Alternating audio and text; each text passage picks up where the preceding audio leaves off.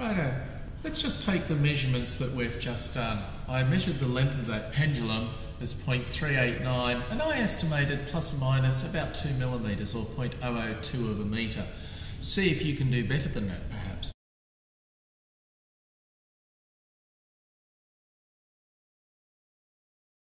From the measurement of the period, we already have 1.259 plus or minus 0.009 of a second. And if I plug L and T into this equation, I get a value of G that looks like that. Well, how good is that? If I now use delta L over L, and delta L over L is actually 0.002 over 0.389 plus 2 times 0.009 over the period, 1.259. We multiply that by the G we've calculated, 9.689, and we get an answer of, let me just do that bit of arithmetic for a moment, 0.188 metres per second squared.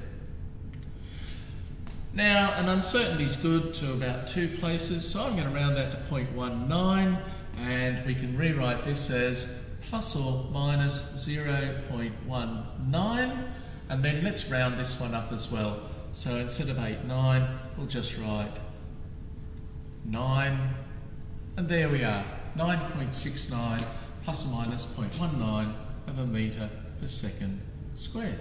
So we've not only measured G, but we've got an estimate of how good that is. Now our final task in the exercise is to say, how can we do better than this? And the first thing to look at is, let's look at delta L over L and 2 delta T over T.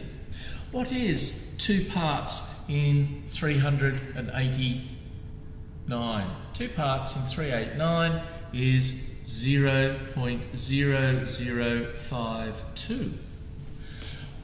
What is this? 2 times delta T over T. What is the value of that? It works out to be about 0.0143. And if you look at that, this number is almost 3 times bigger than that number. It's about 2.7 times bigger. So what that means is, in terms of sources of uncertainty, if we could make this 2 or 3 times smaller, we need to do that before we even need to worry about our length measurement. But we could do better with the length measurement as well. If my error here is 2 parts in 389, and I'm good to measuring to plus or minus 2 millimetres, if I make the pendulum longer, make the bottom number longer, the L longer, my uncertainty stays about the same. That also becomes a smaller number. So if I can push myself to the limit, and given a metre rule, make this about a metre long, make that about 3 times bigger on the bottom line, then this whole term becomes about 3 times smaller. Then I've got to reduce this in comparison. And so, as well as being 3 times too big there, if I use a longer pendulum, I want to not only improve by a factor of 3, I want to improve by a factor of another 3 again, because that is also smaller. So I want to make this 9 times better a measurement.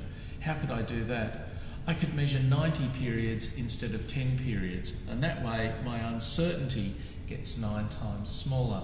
And so you can begin to look at the uncertainty relation and begin to think about, how can I improve this experiment? And if your biggest uncertainty comes from the timing, then start work improving your ability to measure time. Then look at your ability to measure length. Can I make that better? Well, if you can, you improve that, and then you have to improve your time measurement as well.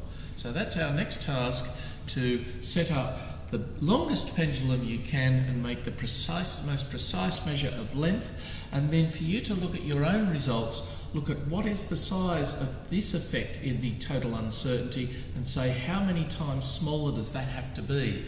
And so if it has to be 9 times smaller, then you have to measure 90 periods instead of 10 periods.